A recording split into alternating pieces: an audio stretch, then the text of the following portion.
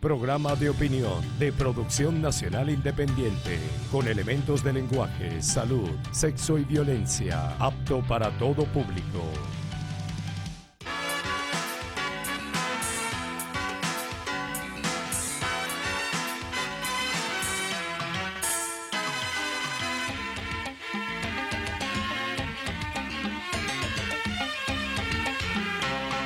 Amigas y amigos, el tiempo electoral quedó atrás.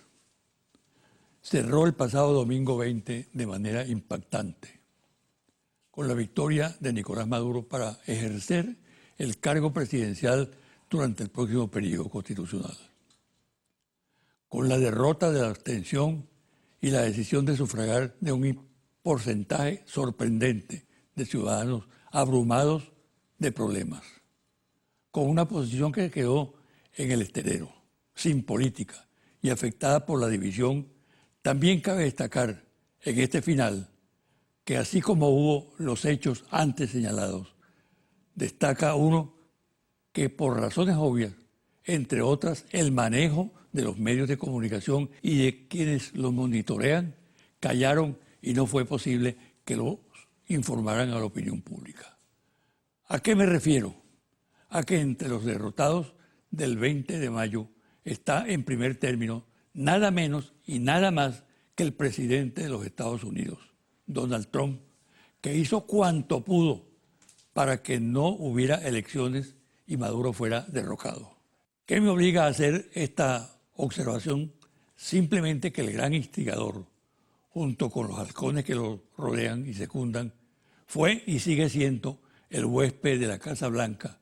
Él armó la política de ataque frontal contra Venezuela, tanto las amenazas como la materialización de las brutales sanciones, lo cual llevó y lleva a cabo descaradamente sanciones económicas, financieras, bloqueos sistemáticos y declaraciones auspiciando el golpe de Estado o una posible intervención militar desde el extranjero, así como la actividad mercenaria fuera del país de dirigentes políticos venezolanos.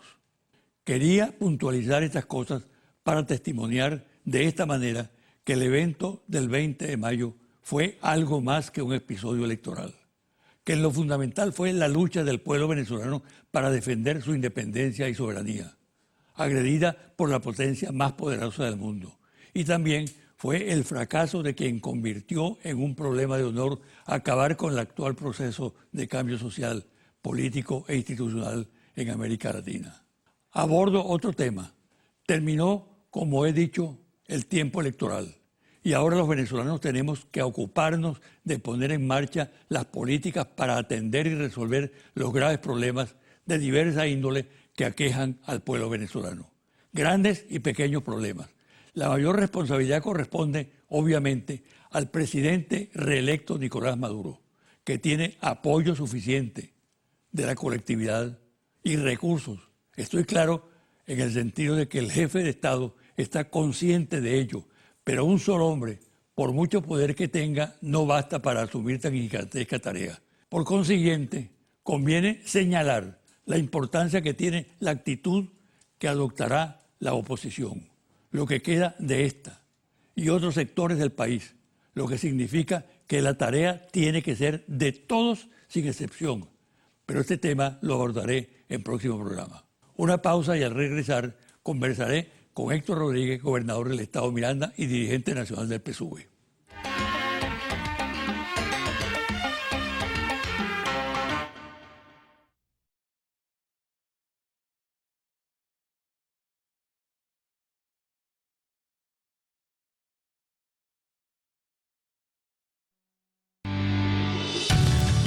Estás viendo José Vicente Hoy.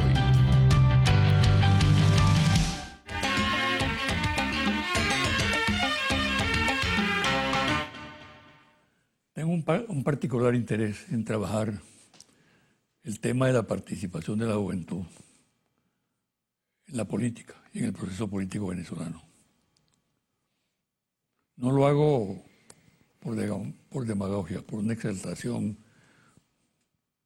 genérica sobre este tema, sino como una realidad que tiene una importancia enorme en este momento. Es la razón por la cual, entre otras, voy a entrevistar en el día de hoy a un joven que ha destacado mucho en la actual política venezolana. Se trata de Héctor Rodríguez, actual gobernador del estado Miranda. Uno de los estados más complejos para gobernar, creo yo. Y además, miembro de la Dirección Nacional del PSUV. Bienvenido, Héctor. Gracias, José Vicente. Un placer que me hayas invitado a tu espacio para reflexionar. Mira, tú tienes una inmensa responsabilidad como gobernador de un estado de la importancia de Miranda, ¿no? Y tienes una responsabilidad con una generación que tú representas. A ocultar lo que representa una nueva generación en la política nacional en este momento es un tema apasionante. Porque por primera vez se desataron los grifos, se soltaron el moño, para decirlo de otra manera, los jóvenes en este país, con motivo del acceso que el chavismo y el comandante Chávez le dio a los jóvenes en la política del Estado, ¿no? ¿Qué significa para ti gobernar al Estado Miranda? Bueno, primero que nada, gracias por la invitación, ¿no? Segundo, en tu reflexión y en tu pregunta, decirte que efectivamente el gran responsable de que no solamente yo, sino 4 compañeros más, 5 gobernadores, más de 125 alcaldes, 100 legisladores regionales, 200 constituyentes jóvenes, estén gobernando este país, estén en la primera línea de batalla, en la toma de decisión, en la participación pública, en el liderazgo público, tiene un gran responsable y se llama Hugo Chávez. Hugo Chávez, que nada lo hizo a corto plazo, todo lo hizo pensando en los tiempos venideros, con una profunda confianza en la juventud en todos los sentidos. Uno siempre habla del apoyo que le dio al deporte, a la cultura, a la Orquesta Sinfónica Juvenil, pero también hay que decirlo, el espacio que abrió a la política, a la juventud. Yo vengo de una generación, José Vicente, que es la generación que creció su adolescencia en los años 90. Tal vez la década más nefasta en cómo un Estado trató a la juventud. Era la década donde nos perseguía el Estado a través de la recluta obligatoria, de la ley de vagos y maleantes, de la población flotante, de los bachilleres sin cupo. Veníamos con el recuerdo de nuestros padres, de los desaparecidos, de la guerrilla. Por lo tanto, todo empujaba para que nosotros como generación no quisiéramos ser parte de lo público, del Estado, de la República, de la política. Y de repente apareció ese joven apasionante, ese joven que asumía su responsabilidad, ese joven que nos hablaba de la historia, de la patria, pero que también nos ponía a soñar, que era Hugo Chávez. Y esa adolescencia empezó a ver y a vestirse con uniforme militar y a admirar nuestra historia y a conocer nuestra historia, pero también empezó a soñar con ese joven. Y luego tomó el poder político y empezó a convocarnos. Ya no era el Estado, ya no era el gobierno que nos perseguía, sino el Estado que nos convocaba a hacer deporte, que nos convocaba a estudiar con aldeas universitarias, con Canaima, que nos convocaba a la cultura, a la Orquesta Sinfónica Juvenil, pero que también nos convocaba a gobernar. Yo me acuerdo, José Vicente, cuando el presidente me llamó, tenía yo 26 años, para ser ministro del despacho. A mí, por supuesto, me sorprendía. Y después, con el tiempo, entendí que nos llamaba era formarnos, a estar a su lado para exigirnos, para estudiar, para explicarnos, para viajar con él y llegar a Nicaragua y explicarnos cuál era la importancia de geopolítica del canal de Nicaragua. Es decir, fue él el gran causante, el que abrió los espacios, los caminos, para que mi generación y las generaciones venideras, la generación que está naciendo al calor de la Organización Bolivariana Estudiantil, comprendiéramos la importancia de que fuésemos parte de la construcción de la historia. Hoy estamos en este momento con esa presencia política gracias a Hugo Chávez y a su visión estratégica de la necesidad de que la juventud se empoderara de la construcción de la historia. Ahora, aterrizando en la actual situación, tú eres gobernador de un estado sumamente complejo. Así es. ¿No? Difícil de gobernar para cualquiera. Así es. Es decir, que te la estás jugando, ¿no? No solamente como Héctor Rodríguez, individualmente, sino como uno de los representantes más destacados de la nueva generación venezolana. Los problemas del país, que son muy intensos, se reflejan con mayor intensidad quizá en el estado Miranda. Sí. ¿Cómo asumes tú esa responsabilidad? Y yo agregaría algo más. Es Miranda complejo, pero es también el momento complejo. No estamos gobernando, ni mi persona, ni los otros 4 gobernadores jóvenes que también tienen estados muy complejos, ni los 125 alcaldes en el tiempo de la bonanza petrolera. Estamos gobernando en el tiempo de las dificultades, en el tiempo de las sanciones internacionales que bloquean la economía nacional, en el tiempo saliendo ya del tiempo de las guarimbas. Nosotros lo vemos como un reto, lo vemos como un reto, lo vemos desde el profundo espíritu bolivariano que tenemos de la necesidad de crecernos en las dificultades, pero sobre todo lo vemos como un reto colectivo, José Vicente. Yo sé que tú me pides que puntualice la circunstancia individual que nos ha tocado y la asumimos con mucha responsabilidad histórica de lo que significa este bastión territorial para la revolución, para la paz del país, para el futuro del proyecto bolivariano, lo que significa para nuestra generación, pero también lo vemos como... El desafío es mayor por el contraste del inmenso fracaso de la derecha en ese estado precisamente. Por el inmenso fracaso, por las condiciones demográficas del Estado, estamos conscientes, más allá de las dificultades de gobernabilidad y de lo complejo que es el Estado, bueno, los elementos demográficos, cómo se concentra una clase media, cómo se concentró en Miranda los partidos que más odio inyectaron a la sociedad. Así que nosotros tenemos un gran reto de hacerlo bien, de reencontrar a la sociedad mirandina, de contrastar contra la gestión del odio, como le hemos llamado nosotros, esa gestión que llamó a descargar su rabia y que se expresó a los niveles de que ciudadanos mirandinos fueron capaces de quemar viva a otra persona. Es decir, tenemos un gran reto en la gestión, pero también tenemos un gran reto en lo simbólico, en lo político, en ser capaz de unir a una sociedad que fue altamente fracturada, producto de esa política de odio, de guarimba. No solamente eso, sino también atender y buscar soluciones para los problemas. Así es. En lo macro y en lo micro. Así es, así es. Y de reencontrar un Estado, además un Estado que nació o que creció siendo un estado dormitorio de Caracas, que no se encuentra entre sí, que tiene grandes diferencias entre la subregión de Barlovento, los Valles del Tuy y los Altos Mirandinos. ¿Cómo asumimos eso? Por eso insisto, lo asumimos primero colectivamente. En Miranda, que nos acompañan en el gobierno regional, que nos acompañan en el partido, que nos acompañan en los equipos municipales, hay liderazgos nuevos y liderazgos históricos, de gran capacidad de combate, de gran capacidad técnica, de gran lealtad y capacidad política.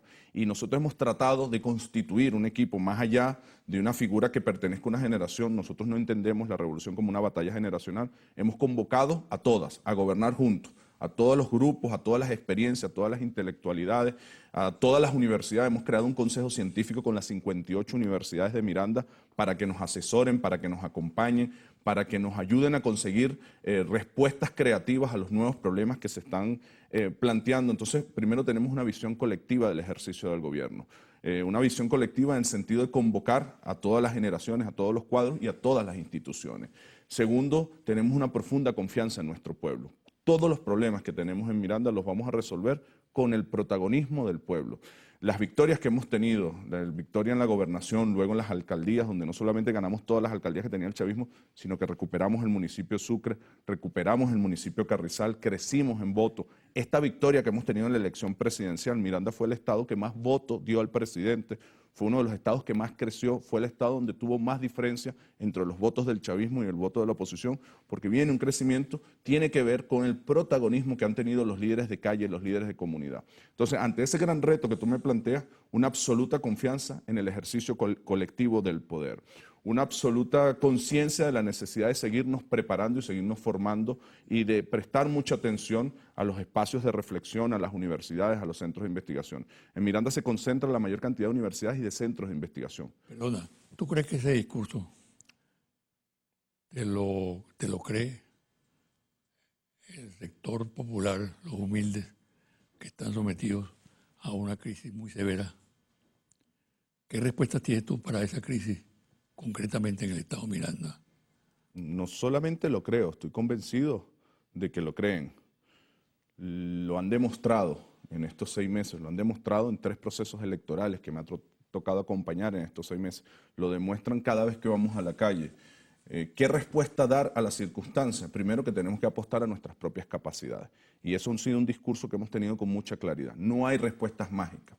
no es que con una varita mágica el petróleo se va a disparar. Nosotros tenemos que responder a estas circunstancias con nuestras propias capacidades. Y hemos presentado un plan, 4 prioridades de gestión. La seguridad, que como tú sabes es el principal problema de Miranda y que en estos 6 meses se han venido dando respuestas concretas. Pasamos de ser el estado más inseguro de Venezuela, triplicando el segundo, a ocupar en 6 meses el 8º lugar. Y vamos a seguir trabajando con los municipios, con las policías, con la refundación de la policía de Miranda que la desaparecieron. Nosotros encontramos apenas 7 patrullas operativas y 900 funcionarios. En 6 meses ya llevamos 200 patrullas y 2.000 funcionarios. Estamos formando 1.500 más en estos momentos. Y vamos a llevar esa a ser la mejor policía del país, el estado más seguro del país. La segunda prioridad, que está muy marcada con la coyuntura, es la economía. En Miranda hay una capacidad industrial que se pierde de vista, pero es una capacidad industrial que nació al calor de la renta petrolera. De PDVSA, dame dólar subsidiado para comprar materia prima y yo transformarla. Al no estar ese dólar subsidiado, esa empresa se paralizó. Con ellas hemos venido trabajando, el presidente nos aprobó la zona económica especial de Guarenas-Guatire y hemos dicho, bueno, vamos a culminar la cadena de producción, vamos a empezar a generar materias primas, tecnología venezolana. Mientras hacemos ese camino, vamos a importar materia prima y vamos a reactivar toda esa zona. Tú me dijiste algo antes de empezar la entrevista, en privado, que el Estado Miranda está exportando flores a Rusia. Así es. Estamos exportando flores, estamos exportando cacao, estamos exportando pescado, estamos exportando minas no metálicas. Hemos empezado una línea, nosotros hemos dicho, la situación, la dificultad económica que estamos atravesando tiene una sola respuesta, producir y exportar. Generar divisas distintas a la divisa petrolera, que nosotros seamos capaces de satisfacer con nuestra propia producción las necesidades del país y producir por encima de nuestras necesidades para exportar. Ya llevamos la 4ª exportación de flores, estamos exportando a los Estados Unidos, al Caribe, a Rusia, a China, y es la demuestra de que cuando las cosas se hacen con voluntad, con cariño, cuando apostamos a nuestras propias capacidades, las cosas pueden solucionarse. No es verdad que vamos a solucionar todos los problemas que encontramos, de ser el estado más inseguro, con los mayores niveles de pobreza, con la peor infraestructura del país, en tiempos irreales. Vamos a darles respuestas en el tiempo estructural, pero no vamos a descansar y en el tiempo se van a ir demostrando, como ya se están demostrando, ya estamos abriendo líneas de exportación, ya estamos bajando los niveles de inseguridad, ya estamos recuperando las principales vías del Estado Miranda, las principales autopistas, ya estamos arrancando proyectos estratégicos como el puerto de Carenero, el aeropuerto. Es decir, cuando las cosas se hacen bien pensadas, bien planificadas, con método y con voluntad y sumando a la gente, claro que se puede responder. ¿Que es difícil gobernar Miranda? Sí, es difícil. ¿Cómo están enfrentando ustedes ahí problemas como el desabastecimiento? Estamos apostando en la proyección de la hiperinflación que hay en el país. Sí, es imposible sacar a Miranda de la dinámica nacional, ¿no? Nosotros, por supuesto, estamos haciendo un esfuerzo gigantesco en 2 líneas de trabajo. Una, atender la distribución. La distribución venezolana se contaminó con un conjunto de vicios, con elementos de la guerra económica, con los elementos de la extracción hacia otros países. Nosotros hemos apostado con mucha fuerza a esta táctica que ha planteado el presidente de los comités locales de planificación urbana, los comités locales de abastecimiento y producción. Esto nos ha permitido hoy llegar ya a 700.000 familias, que llegamos mensualmente. Todavía no es la totalidad, vamos a seguir creciendo. Estamos atendiendo toda la administración pública, la policía, los maestros, el 60% de las comunidades de Miranda y vamos a seguir creciendo. A esto le hemos sumado una nueva estrategia que están haciendo, que son los mercados comunitarios. Ya hoy tenemos capacidad de colocar 42 mercados comunitarios semanales que van rotando. ¿Con qué se dotan estos mercados comunitarios? Aquí está el tercer elemento de la estrategia, con la producción de Miranda. La producción de Miranda se vino abajo por 2 razones. Se convirtió en el estado más inseguro y empezó a desplazar campesinos. Y segundo, no tenían un gobierno intermedio que los acompañara en el acceso a las materias primas. Nosotros hemos dicho, bueno, ahora los vamos a acompañar con seguridad, los vamos a acompañar con materia prima y esa producción inicial que están sacando nuestros pescadores, nuestros campesinos, la están arrimando estos mercados comunitarios. En la medida que eso siga creciendo, nosotros vamos a satisfacer cada vez con mayor fuerza las necesidades de abastecimiento que tiene el Estado Miranda. Pero otro tema, por ejemplo, el tema de los medicamentos. Miranda tiene 14 empresas farmacéuticas, 12 privadas y 2 públicas. Casi todas al 10% de su capacidad por los temas de materia prima. La industria farmacéutica de Venezuela, de Miranda, necesita 260 moléculas, de las cuales solo 60 se producen en Venezuela. Bueno, nos hemos puesto de acuerdo con las universidades, con la banca, y le hemos dicho, ¿cómo ustedes universidades nos ayudan a generar la producción de las moléculas que faltan? Yo financio a los actores que quieran construir esa industria química para que nuestra industria farmacéutica se pueda levantar. La sentamos con la industria farmacéutica y todos se han puesto de acuerdo en un solo plan de trabajo. En mediano plazo, Miranda va a ser capaz de producir los medicamentos que necesita toda Venezuela. Esa es la dirección, apostar a la producción y apostar a líneas de distribución distintas a las que ha venido contaminando la guerra económica, las mafias. Es decir, que el pueblo se empodere de la solución. Y ojalá esto sirva como experiencia a otros estados que también apuesten a la producción, a la exportación, a la generación de divisas distinta a la divisa petrolera. Vamos a hacer una pausa, Héctor. Al regresar, la visión que un joven como tú, ejerciendo un cargo de gobernador, y habiendo ejercido otros cargos de importancia, tiene del poder. Okay.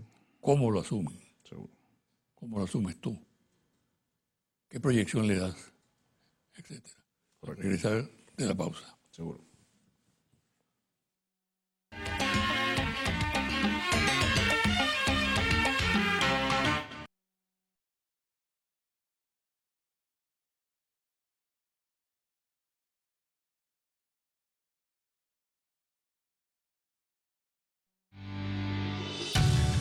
Estás viendo José Vicente Hoy.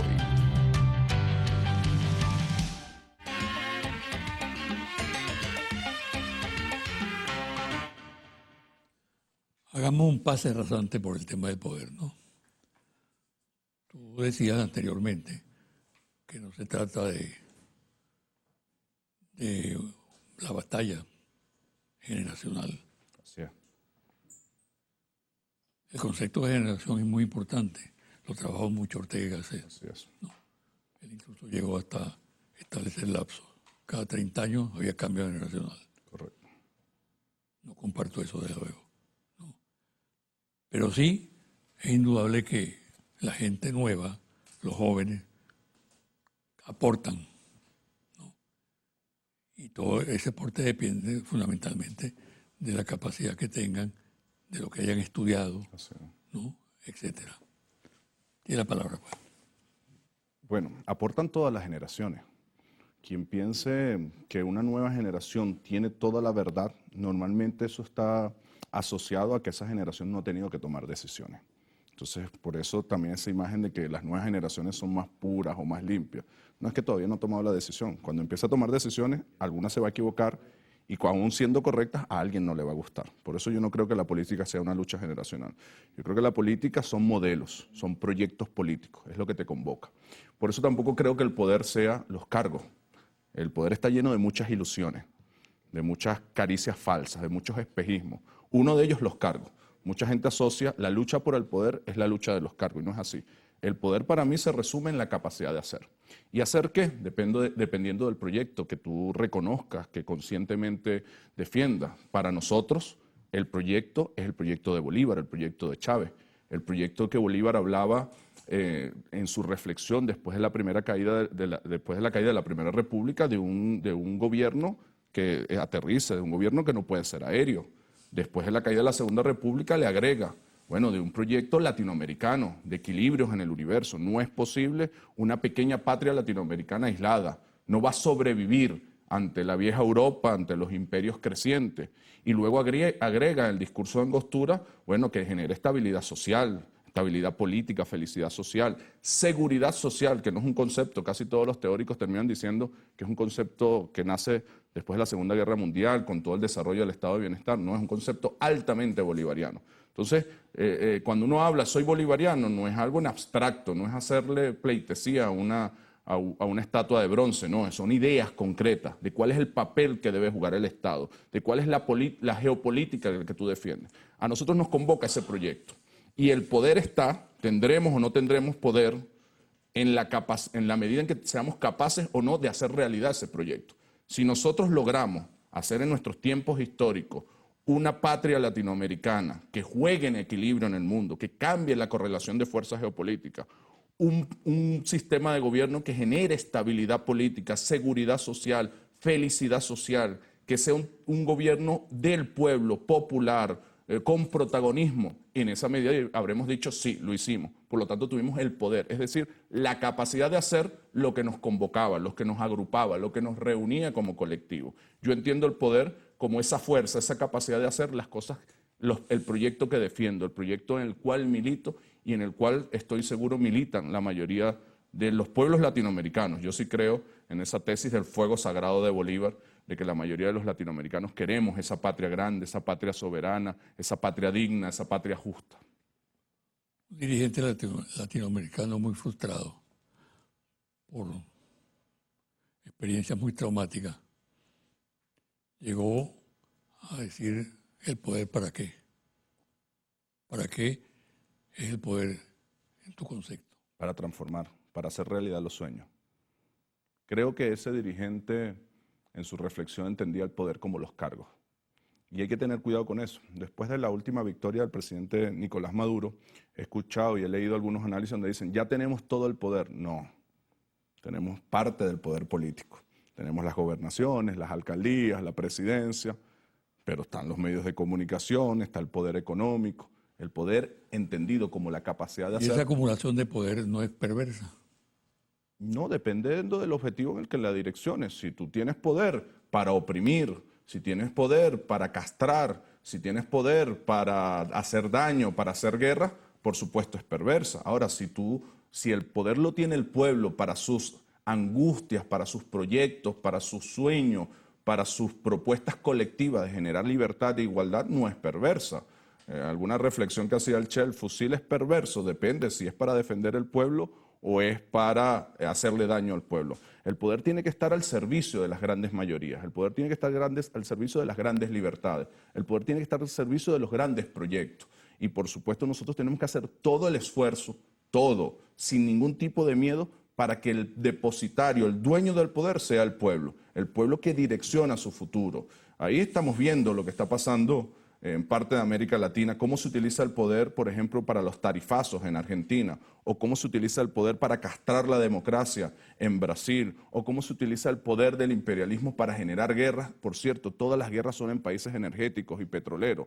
Bueno, ese es el gran debate. ¿El poder estará en manos de las minorías o estará en manos de las mayorías? La capacidad de hacer, de transformar. Un pueblo solo puede ser libre, solo puede vivir con dignidad en la medida en que él tenga el poder, la capacidad de hacer realidad sus proyectos, sus aspiraciones colectivas. Cambiemos de tema. Elecciones del 20 de mayo. Un sucinto análisis tuyo. Yo lo resumo en una victoria heroica.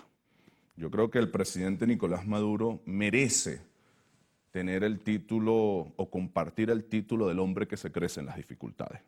Porque cuando tú ves en retrospectiva lo que han sido estos 5 años, desde el punto de vista económico, desde el punto de vista de la batalla política en la calle y los niveles de violencia, desde el punto de vista del cerco internacional, desde el punto de vista del momento histórico que le tocó vivir, que es nada más y nada menos que sustituir a un gigante como Hugo Chávez, sin duda alguna el presidente Nicolás Maduro ha venido de menos a más y se ha crecido en las dificultades. Pocos hombres en la historia son capaces de crecerse en las dificultades. Yo creo que merece un gran reconocimiento. Y el otro gran actor que también se creció en las dificultades es el pueblo. Cualquier análisis superficial, sin conocer bien la historia, la subjetividad de este pueblo, diría: esas circunstancias no las puede aguantar. No hay manera de que gane unas elecciones en esas circunstancias el pueblo. No hay manera de que no se rebele. Y lo que ha hecho el pueblo es una demostración de gran conciencia y de gran organización. ¿Por qué Venezuela tiene una oposición como la que tiene? ¿O que no tiene? No, sí la tiene. Sí la tiene. Yo no acostumbro a decir que Venezuela tiene una oposición. Yo creo que Venezuela tiene una diversidad de oposiciones. Y creo que es un error que pudiéramos cometer los chavistas, aglutinar, aunque ellos lo hacen muy fácil, agrupar a la oposición en un solo paquete. Yo creo que hay una diversidad de oposiciones en Venezuela y nosotros tenemos la obligación de verla por separado, de atenderla por separado, por el bien de la República, por el bien de la paz, por el bien del futuro. Yo creo que hay oposiciones en Venezuela que quieren la patria, que quieren la democracia, que quieren la paz. Eso significa que hay una reevaluación de lo que es la oposición. No sé si es una reevaluación. Es decir, el país necesita oposición. Sin duda alguna, la necesita. Y yo creo que todo el país, incluyendo los chavistas, debemos empujar a que esa oposición sea democrática, sea patriota, no esté arrodillada a intereses extranjeros. Yo creo que nosotros tenemos que hacer un esfuerzo en esa dirección. Por eso yo aplaudo con mucha fuerza el esfuerzo que está haciendo el presidente por la pacificación del país, por seguir generando cauces, puentes de diálogo. A que no es fácil, que siempre vamos a tener motivos para romper esos puentes. Claro, porque es que el diálogo lo estás haciendo, porque para eso es el diálogo con quien se opone a ti, con quien piensa distinto, con quien te combate. Y por supuesto, en ese combate de aquel lado hay excesos. Pero cuando vemos en retrospectiva histórica lo que se hizo, por ejemplo, para pacificar a Venezuela después de los procesos guerrilleros, que lo hicieron la democracia cristiana, lo que hizo Chávez después del golpe de Estado del 2002, que le dio un tiempo de paz a Venezuela y fue el tiempo de mayor crecimiento económico, crecimiento social, estabilidad política, nos tiene que llamar a la reflexión. Nosotros no podemos construir un país en una permanente guarimba. Nosotros tenemos que hacer todo el esfuerzo. Yo aplaudo, reconozco y apoyo el esfuerzo que está haciendo el presidente Nicolás Maduro por abrir, que no va a ser fácil, que estamos conscientes que dentro de esas oposiciones hay una posición rastrera, arrodillada a los intereses extranjeros. Bueno, ahí es donde tenemos que demostrar nosotros mucha audacia política, mucha capacidad. Hay un factor en este momento de gran perturbación, que escapa incluso a los venezolanos, que es la injerencia extranjera que como nunca se ha visto. Sí. Tal vez en este momento está en su máximo nivel de expresión pública, por las características, desde mi punto de vista, por la irracionalidad de quienes están dirigiendo el imperialismo. Tanto desde el punto de vista individual de los actores que tomaron el poder político en los Estados Unidos, como de las propias circunstancias históricas. Ya Estados Unidos no es el único actor en el juego geopolítico. Hay otros actores que han renacido.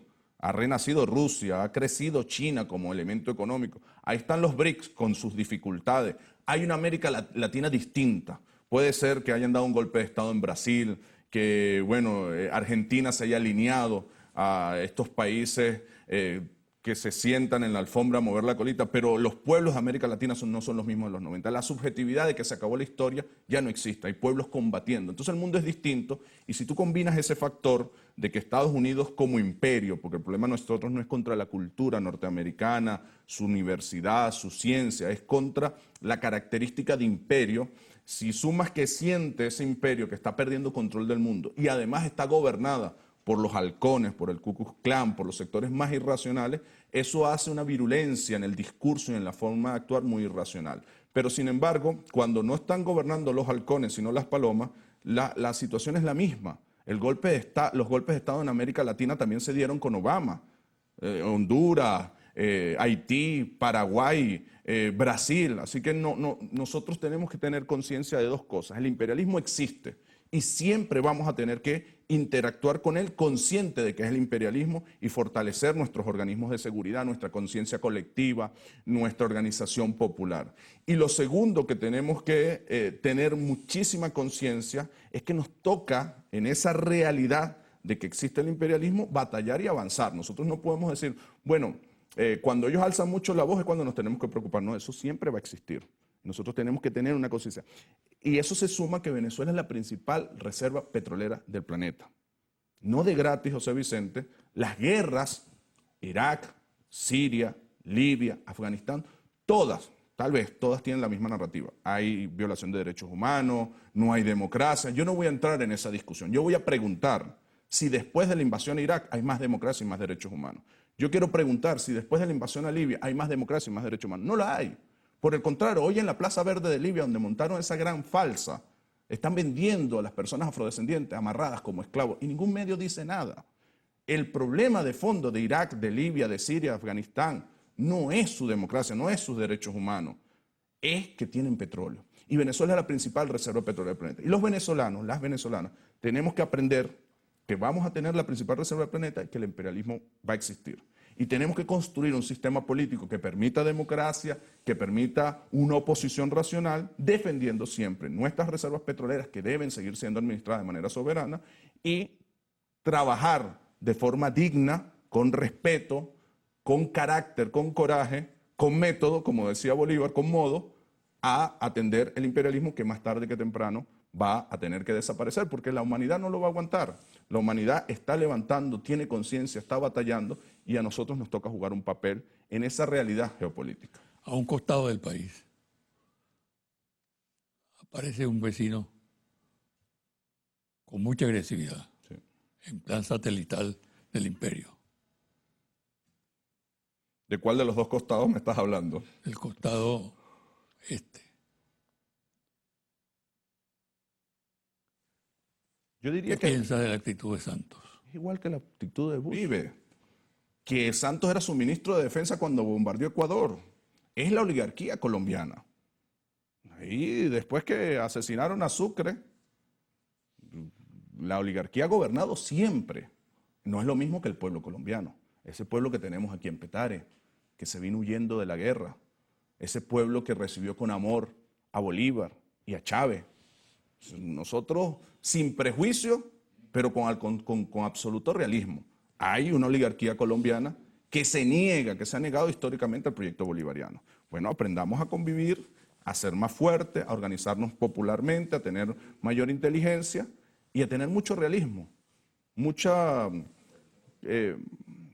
Chávez lo manejó muy bien con la creación de la UNASUR, de la CELAC, ir empujando, que los pueblos vayan generando cada vez más saldo organizativo, ir generando mucha autonomía y autoridad dentro del territorio nacional para que no puedan con los aparatos paramilitares.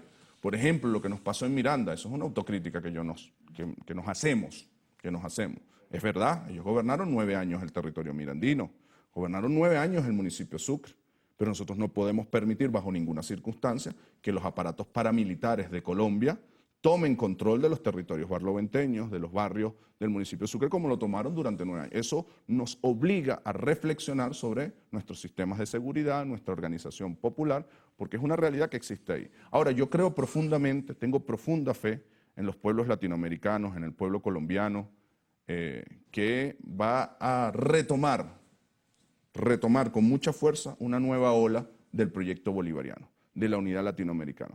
Por una situación sencilla, si uno pone la mirada política, no en 4, en 5 o en 6 años, que son los tiempos constitucionales, sino en los tiempos históricos, en 20, 30, 40 años, el único camino que tiene América Latina para vivir con dignidad ante el mundo es encontrarse, es abrazarse. Yo doy clases en la Universidad de Teoría Política y siempre le pregunto a mis alumnos, imagínense por un segundo que hace 200 años no hubiésemos tenido la cobardía a la gloria que tuvimos y en vez de separarnos en pedacitos, nos hubiésemos mantenido unidos en lo que proponía Bolívar, Centroamérica, Colombia y las Provincias Unidas del Sur. ¿Qué sería de nuestra patria hoy? Económicamente, culturalmente, militarmente. Pero voy más allá, ¿qué sería de la humanidad? Porque el papel que hubiésemos jugado no hubiese sido el del imperialismo norteamericano. Por nuestra diversidad cultural, por la mezcla de raza, por la historia que traíamos, la humanidad sería otra. Nuestra cobardía en ese momento, la falta de proyección histórica que tenía Bolívar, hizo que perdiéramos estos 200 años. Y después le digo a mis alumnos, esto no es para que se pongan tristes, esto es para que nos preguntemos hoy qué vamos a hacer para los próximos 200 años. Nos toca retomar el proyecto de Bolívar con fuerza, con coraje, con capacidad política. Un mensaje concreto, como un disparo. Trabajemos por la paz y por el futuro. Trabajemos por la prosperidad, todos unidos, como venezolanas, como venezolanos. Dejemos a un lado los tiempos del odio, de la discordia. Saquemos lo mejor de nosotros para construir un futuro mejor. Bueno, gracias. Gracias a ti. Mucha César. suerte. Gracias. Una pausa y a regresar los confidenciales.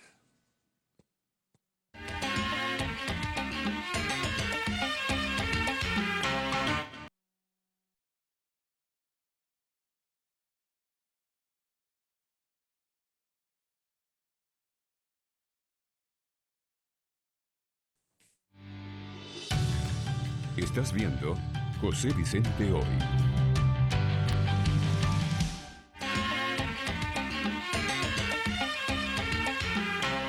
Y ahora los confidenciales.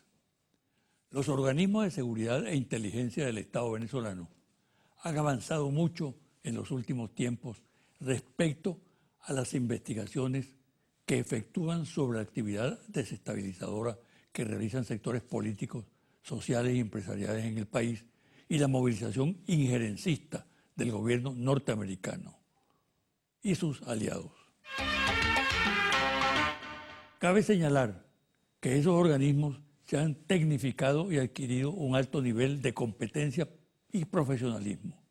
Su trabajo se fundamenta principalmente en material proveniente de la subversión de las delaciones que a diario se producen y de la imprudencia de los personajes que realizan esa actividad.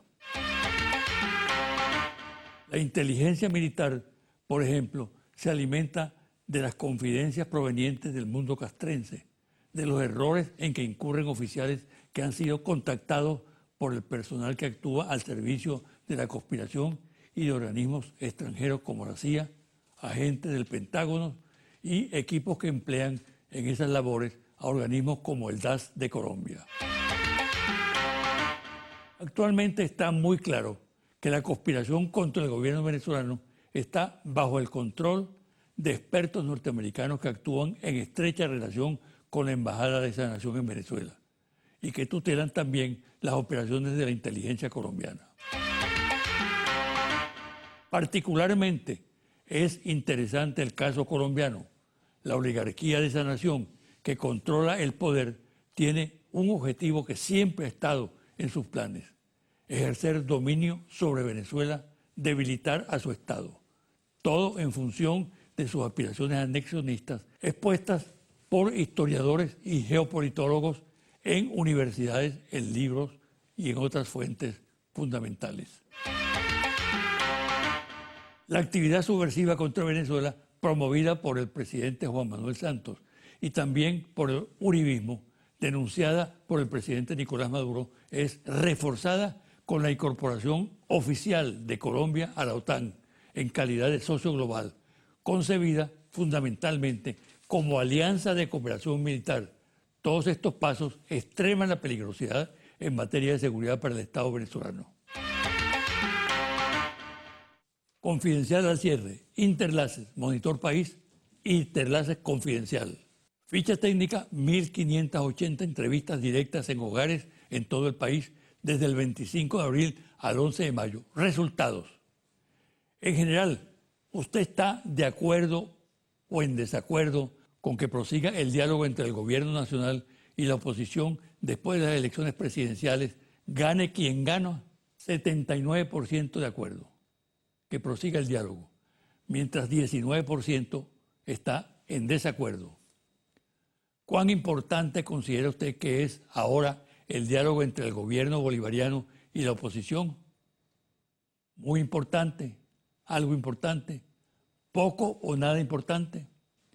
71% muy importante, 9% algo importante.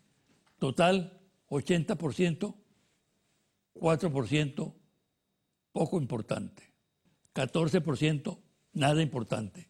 ¿Usted está de acuerdo o en desacuerdo con la mediación internacional para promover el diálogo entre el gobierno y la oposición después de las elecciones presidenciales? 75% de acuerdo, 21% en desacuerdo. ¿Usted está de acuerdo o en desacuerdo con la mediación del Papa Francisco y su representante en Venezuela durante esos diálogos entre el gobierno y la oposición? 81% de acuerdo, 17% en desacuerdo. ¿Con quién diría usted que es más importante que el gobierno dialogue y establezca acuerdos para resolver los actuales problemas económicos del país? ¿Con los dirigentes de la oposición o con los empresarios? 83% con los empresarios, 15% con la oposición. Hasta aquí el programa de hoy. Me despido hasta el próximo domingo a las 9 de la mañana por este su canal Televen.